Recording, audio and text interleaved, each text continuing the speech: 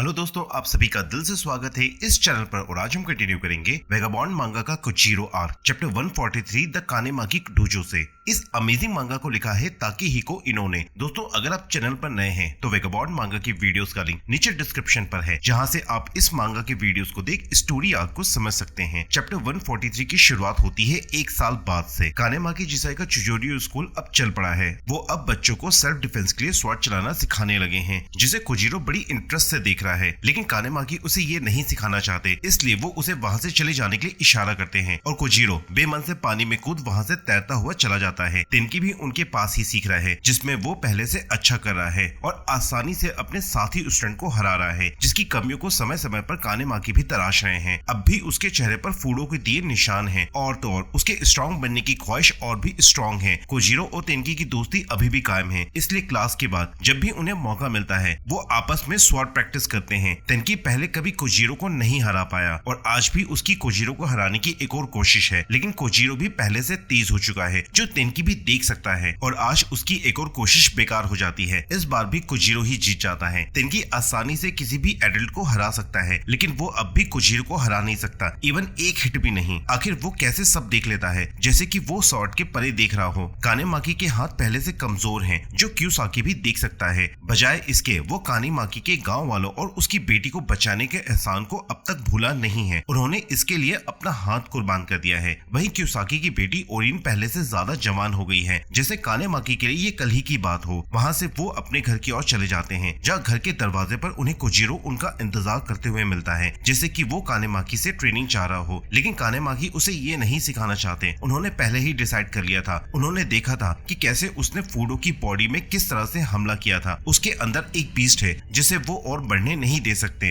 वो उसके पागलपन को और हवा नहीं दे सकते, इसलिए वो ना तो उसे स्वॉर्ड चलाना सिखाएंगे और तो और उसकी स्वॉर्ड भी छुपा दी है। तभी कोजीरो कानेमाकी पर लकड़ी की स्वॉर्ड से हमला करता है, जिससे कानेमाकी खुद को बचा लेते हैं। उनका फाइटिंग इंस्टिंक्ट लौट आया है और वो जमीन पर पड़ी लकड़ी उठाकर कोजीरो पर हमला करते हैं और एक ही बार से उसे दूर धकेल देते हैं। कोजीरो फिर सामने से हमला करता है, जिसे कानेमाकी बार बार मना कर रहे हैं और उसे रोकने के लिए उसकी पीठ पर वार करते हैं, जिससे कोजीरो जमीन पर गिर जाता है। ये कोजीरो के लिए आज का लेसन था। उसे स्ट्रॉन्ग होने का मतलब मालूम है, उसे भी स्ट्रॉन्ग बनना होगा। शाम के खाने पर कोजीरो के चबाने की आवाज पर कानेमाकी उसे आवाज न करने की हिदायत देते हैं। साथ ही वो ये भी समझते हैं कि कोजीरो को कोई आवाज नहीं आती, इसलिए उसे पता ही नहीं है कि खाने की आवाज कैसे होती है। उसे आवाज के बारे में सिखाने के लिए कानेमाकी जिसाई अपना नाम उसे पेपर पर लिख कर देते हैं। साथ ही उसे आवाज निकालना सिखाते हैं, जो कोजीरो को कुछ समझ नहीं आता। रात में कोजीरो अपने पिता को सोता छोड़ बाहर आ जाता है और दोबारा स्वॉर्ड प्रैक्टिस शुरू कर देता है। अगले लेसन के लिए वो फूडो से लड़ाई को दोबारा याद कर उन पलों को री इमेजिन करता है कि कैसे वो उसके सामने खड़ा था, लेकिन इस बार उन जैसे कई जैसे कि शैडो बॉक्सर यूज करते हैं और सभी पर एक साथ हमला करता है। कहीं न कहीं फूडो कोजीरो के लिए स्वॉर्डमैनशिप का एक बेंचमार्क बन गया था, जिसके ऊपर उसे हर हाल में निकलना होगा। कोजीरो के दिन ऐसे ही कटना शुरू हो जाते हैं। वो शाम को कानेमाकी के आने का वेट करता ताकि उन्हें चैलेंज कर सके और उनसे रोजाना हार अपनी कमियों पर काम करता। कानेमाकी जिसाई से रोज की ये हार उसे और भी स्ट्रॉन्ग बना रही थी। वो रोज डोजो में जाकर स्टूडेंट को स्वॉर्ड प्रैक्टिस करते देखता, जिसमें अब ओरिन भी शामिल हो चुकी है और हर बार की तरह कानेमाकी कोजीरो को वहां से भेज देते। फिर भी वो उन्हें दूर से स्वॉर्ड चलाता देख उनकी नकल करता, खुद पर काम करता, जो उसे कानेमाकी ने कभी दी ही नहीं। इन सब के साथ तेनकी की दोस्ती ने उसे कभी नहीं छोड़ा, जो स्ट्रॉन्ग बनने के इस सफर में उसके साथ ही था। उन दोनों की एक ही मंजिल थी, वो है सूरज के नीचे सबसे ताकतवर बनना, जो सिर्फ एक ही हो सकता है, जो कहीं न कहीं कोजीरो के लिए सिर्फ एक था। वो है कानेमाकी जिसाई और पहली बार वो कोशिश कर उनका नाम जिसाई पुकारता है। शाम को कानेमाकी वापस आते हैं, जिन्हें जमीन पर एक लकड़ी की स्वॉर्ड मिलती है, लेकिन आज कोजीरो उनके सामने नहीं है। पहले तो उन्हें ये अजीब लगता है, फिर पत्ते के गिरने पर वो समझ जाते हैं कि कोजीरो आसपास ही है और वो सीधा ऊपर से हमला करता है, जो कानेमाकी के कंधे पर लैंड करता ही है। कानेमाकी थोड़ा अनबैलेंस होते हुए देखते हैं कि कोजीरो उन पर हमला करने वाला है और वो उसके चेहरे पर अपना सिर मार उसे सामने की तरफ फेंक देते हैं। कोजीरो संभलता ही है कि कानेमाकी उस पर दोबारा हमला करते हुए कहते हैं कि वो उसे नहीं सिखाएंगे। कोजीरो इस बात तेजी से बच उन पर दोबारा हमला करता है, लेकिन कानेमाकी डिफेंड कर उसे हरा देते हैं। वो देख सकते हैं कि कोजीरो के अंदर भी टैलेंट है, उसने अपनी कमियों पर काम किया है, लेकिन फिर भी वो उसे नहीं सिखाएंगे। अगर वो वे ऑफ स्वॉर्ड पर चला तो उसकी मौत निश्चित है। अगर वो स्ट्रॉन्ग नहीं बना तो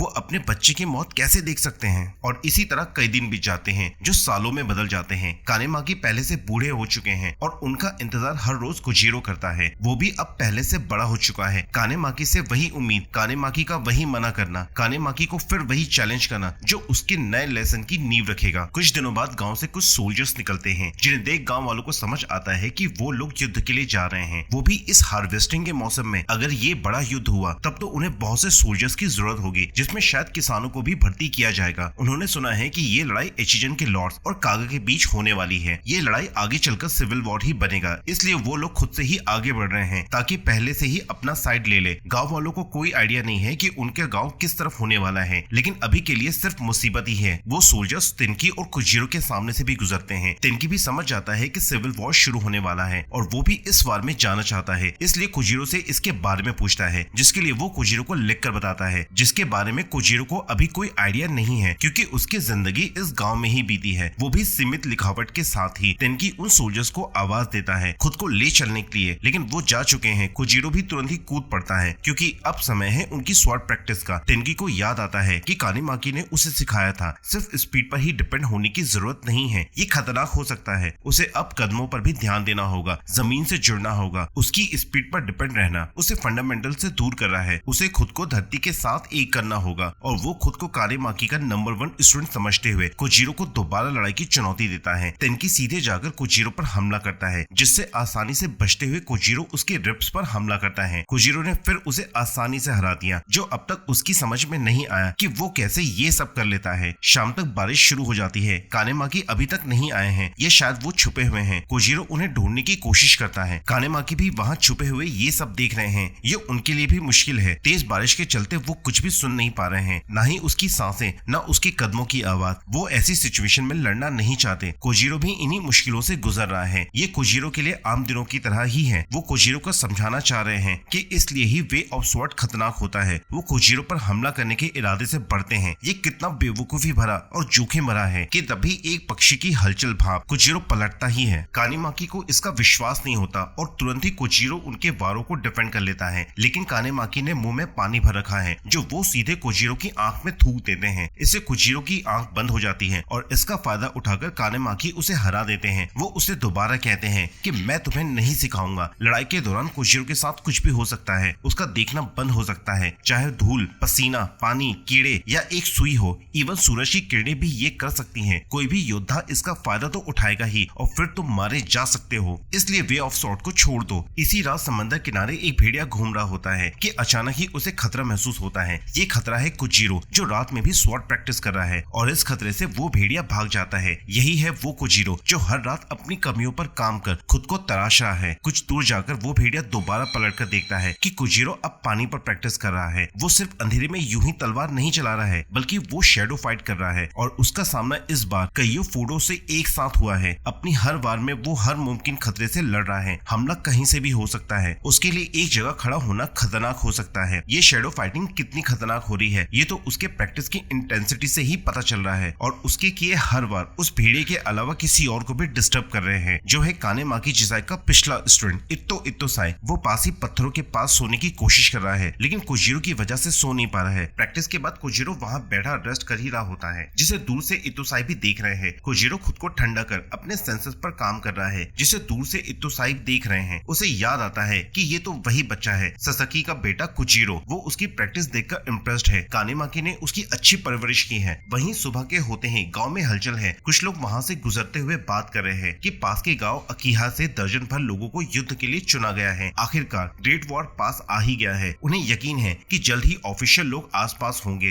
वो बस इस युद्ध में नहीं पड़ना चाहते। गांव के लोग उन लोगों को देख समझ जाते हैं कि ये आवारा लोग हैं जो इन दिनों कुछ ज्यादा ही आ रहे हैं। वहीं उन्हीं के रास्ते पर तिनकी भी आ रहा है, जो खुद भी लंबा और खतरनाक दिखने लगा है। तिनकी उन्हें देखते ही समझ जाता है कि ये लुटेरे किस्म के हैं जो युद्ध से भाग रहे हैं। तिनकी को सामने से आता देख वो उसे एक गांव वाला समझ डराने की कोशिश करते हैं। उसके पास 2 स्वॉर्ड देख एक तो तिनकी से उसकी स्वॉर्ड भी मांगता है। तिनकी जानता है कि वो उसकी रेंज में है। वो ये भी जानता है कि ये लोग असली वॉर को झेल तक नहीं सकते और ना ही कुछ उखाड़ पाएंगे, इसलिए उन्हें नजरअंदाज कर वो आगे निकल जाता है। ये उस लुटेरे को बर्दाश्त नहीं होता। वो तिनकी पर जोर दिखाने बढ़ता ही है कि तिनकी उसे वहीं रोक देता है। इसकी उम्मीद तो उस लुटेरे ने भी नहीं की थी। तिनकी उसे डराते हुए कहता है कि अब तक तुम्हारी किस्मत अच्छी रही है। मैं किसान जरूर हूँ, लेकिन तलवार मुझे भी चलाना आता है। लुटेरे वहाँ से तुरंत निकलने में ही भलाई समझ वहाँ से निकल जाते हैं। तिनके का कॉन्फिडेंस कहीं न कहीं बड़ा जरूर है कि तभी उसकी नजर सामने से आते इत्तोसाई पर पड़ती है। तेनकी देखते ही समझ जाता है कि ये कोई आम आदमी नहीं है और इत्तोसाई उसके सामने से निकल जाते हैं, लेकिन तेनकी के पसीने छूट जाते हैं। वो मन ही मन कैलकुलेट करने लगा है कि वो उसे कैसे हरा सकता है, क्या वो सामने से हमला करे या पीछे से। इत्तोसाई के ऑरा से ही तेनकी उसकी ताकत भाप गया है। वो अपनी तलवार अनलॉक करते ही पलटता ही है कि वो चौंक जाता है। इत्तोसाई उसकी ही तरफ देख रहे हैं। वो तेनकी से पूछता है कि वो जरूर ही कानेमाकी का स्टूडेंट होगा, जिस पर तेनकी प्राउडली कहता है कि वो कानेमाकी का नंबर 1 स्टूडेंट है, जिस पर इत्तोसाई उसे कंफर्म करते हैं कि वो खुद ही कानेमाकी का नंबर 1 डिसिपल है। जरूर कानेमाकी अब तक बदल चुके होंगे। वहीं कानेमाकी के घर के सामने आज कोजीरो दोबारा कानेमाकी को चैलेंज करता है। वो कानेमाकी पर ऊपर से हमला करता है, लेकिन वो रुक जाता है, जिस पर कानेमाकी उसे कहते हैं कि तुम्हें या तो पीछे हटना होगा या हमला करते रहना होगा। और वो दोबारा मुंह से पानी थूकने वाले होते ही हैं कि ये देख कोजीरो सामने से हट जाता है और कानेमाकी का ये सरप्राइज अटैक काम नहीं करता। तब कानेमाकी कोजीरो को एक उंगली पकड़ मरोड़ देते हैं, जिस पर कोजीरो उन्हें दूर धकेल देता है। ये सब इत्तोसाई दूर से ही छुपकर देख ही रहा होता है। कानेमाकी दोबारा हमला करते हैं, जिसकी रेंज से कोजीरो हट जाता है। कानेमाकी भी देख सकते हैं कि वो पहले से तेज हो चुका है और कानेमाकी आगे बढ़ एक और हमला करते हैं, लेकिन इस बार कोजीरो का पैर एक गड्ढे में फंस जाता है जो कानेमाकी ने ही पहले बनाया था। कोजीरो इस बार फिर हार गया। वो उससे कहते हैं कि एक बार तुम हार गए तो तुम्हारा किस्सा खत्म, विनर की ही कहानी सुनाई जाएगी, इसलिए मैं तुम्हें नहीं सिखाऊंगा। कानेमाकी की उम्र हो गई है, इसलिए वो थक गए हैं कि तभी उन्हें अंदेशा होता है। वो देखते हैं कि कोई उन्हें देख रहा है। वहाँ इत्तोसाई उनकी ट्रेनिंग देख रहा था और वो खुश है कि उसके मास्टर सही सलामत है। और यहाँ पर ये वीडियो खत्म होती है। दोस्तों, हमने चैप्टर 143 से 146 कवर किया है। अगले वीडियो में हम वेगाबॉन्ड के नेक्स्ट चैप्टर को कंटिन्यू करेंगे। ये वीडियो आपको कैसी लगी मुझे कमेंट सेक्शन में बताएं। अगर वीडियो पसंद आए तो लाइक करें, चैनल पर नए हैं तो चैनल को सब्सक्राइब करें। मिलते हैं अगले वीडियो में, तब तक के लिए गुड बाय।